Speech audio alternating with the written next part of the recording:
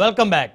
Right, ఇక మనతో Janasena party నుంచి రాష్ట్ర అధికార ప్రతినిధి దాసరి కిరణ్ జైనేర్ వారితో మాట్లాడదాం. దాసరి కిరణ్ గారు, గుడ్ ఈవినింగ్ అండి. గుడ్ ఈవినింగ్ బ్రహ్మనాయుడు గారు. అనలిస్ట్ బాలా గారు మాట్లాడినన్ని వినే ఉంటారు మీరు. సో మీరేం చెప్తారు దాసరి కిరణ్ గారు? ఏకీభవిస్తారా ఆయన మాట్లాడిన అంశాలతోటి? అందరికీ నమస్కారం అండి. బ్రహ్మనాయుడు గారు, చాలా బాధగా ఉంది ఈరోజు డిబేట్లో జరుగుతున్న చర్చకు సంబంధించి మాటలు ఎవరైతే విశ్లేషకుడుగా వచ్చి మాట్లాడుతూ ఉన్నారో చాలా బాధ కలిగింది. అయితే వాళ్ళ ఉద్దేశం ఏంటంటే ఈ రోజు నుంచి ఏ కుటుంబంలో ఎక్కడ గొడవ జరిగినా కూడా వాళ్ళు కత్తులు తీసుకుని పొడిసేసుకోవాలి. ఏ కుటుంబంలో ఏ చిన్న మనస్పర్ధలు వచ్చినా వాళ్ళ అంత్యక్రియలకు కానీ వాళ్ళ చనిపోయినా కానీ వీళ్ళు వెళ్ళకూడదు. తండ్రి కూతుర్ని విడదీసేస్తారు, అన్న చెల్లెల్ని విడదీసేస్తారు, లేకపోతే అక్క తమ్ముళ్ళనో లేకపోతే అన్న తమ్ముళ్ళనో విడదీసేలాగా వీళ్ళ మాటలు ఉన్నాయి. ఖచ్చితంగా ముద్రగడ క్రాంతి గారు సార్ ఆయన మాట్లాడిన తర్వాత మీరు క్వశ్చన్స్ అడుగు. కొంతసేపు మనం మాట్లాడివ్వాలి కదా.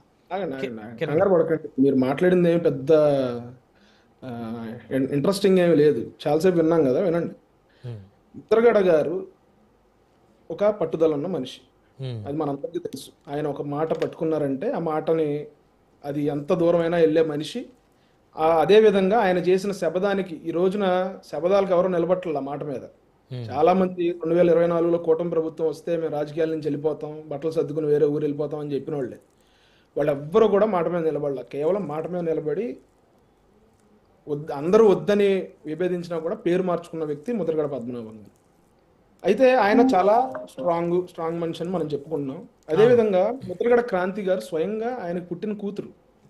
ఇప్పుడు ఆయనకున్న పట్టుదల, ఆయనకున్న రాజకీయ ఆలోచన, లేకపోతే ఇండివిజువల్గా ఉండటం అనేది ఖచ్చితంగా హెరిడేటరీగా ఆమెకు కూడా వస్తాయి. సేమ్ క్వాలిటీస్ ఉంటాయి కదా. ఇప్పుడు ముద్రగడ గారి కూతురు ముద్రగడ గారి లాగా ఉండకుండా ఎలా ఉంటది?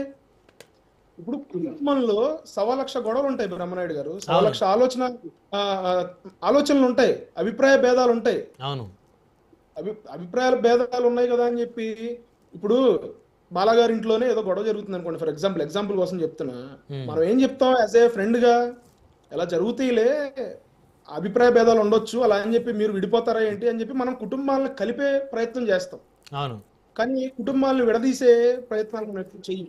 దౌర్భాగ్యం ఏంటంటే నిన్న వైఎస్ఆర్సీపీ వాళ్ళ ఓవర్ యాక్షన్ ఎక్కువైపోయింది కుటుంబ సభ్యుల కన్నా కూడా.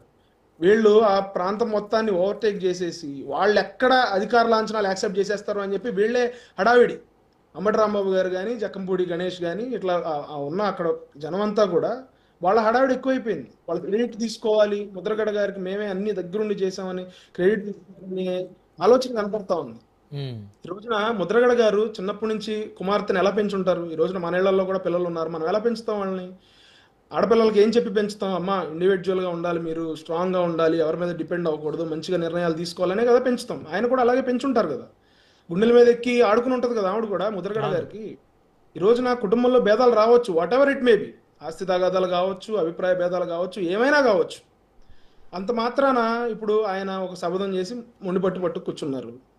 అది వాళ్ళిద్దరి మధ్య ఒక వ్యక్తిగత అంశంగా మనం చూడాలి. ఈ రోజున ఈయనకి ఏదైతే ఒక రాజకీయ పార్టీకి నేను ఎలైన్ అవ్వాలి, రాజకీయ పార్టీలో నేను పనిచేయాలని చెప్పి ముద్రగడ గారు ఎలా అనుకున్నారో, ఒకవేళ రాజకీయం గురించే వాళ్ళకి గొడవ అయితే గనక ముద్రగడ క్రాంతి గారికి కూడా ఆవిడకి హక్కు ఉంటది. ముద్రగడ గారి కూతురుగా ఆయన బ్లడ్ ఫ్లో అవుతున్న వ్యక్తిగా ఆవిడకి కూడా హక్కు ఉంటది. ఆవిడ ఒక పార్టీని ఎంచుకుని ఆ పార్టీలో పనిచేసి రాజకీయంగా ఎదిగే హక్కు ఉంటది. కొడుక్కే హక్కు ఉంటుందా? కూతురికి హక్కు ఉండదా? కూతురికి కూడా హక్కు ఉంటది.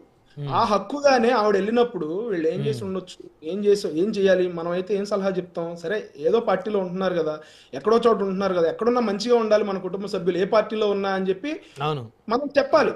ఇప్పుడు అన్నదమ్ములు వేరువేరు పార్టీలో ఉండట్లేదా? అక్క తమ్ముళ్ళు వేరువేరు పార్టీలో ఉండట్లేదా? ఇప్పుడు జగన్ గారు షర్మిల గారు వేరువేరు పార్టీలో ఉండట్లేదా? అలా అని చెప్పి వాళ్ళ నాన్నగారి సమాధి దగ్గరికి షర్మిల గారిని రావద్దని చెప్పాడు జగన్మోహన్ రెడ్డి గారు. నిన్న కాక మొన్నేగా సమాధి దగ్గరికి వెళ్ళి నివాళులు అర్పించింది.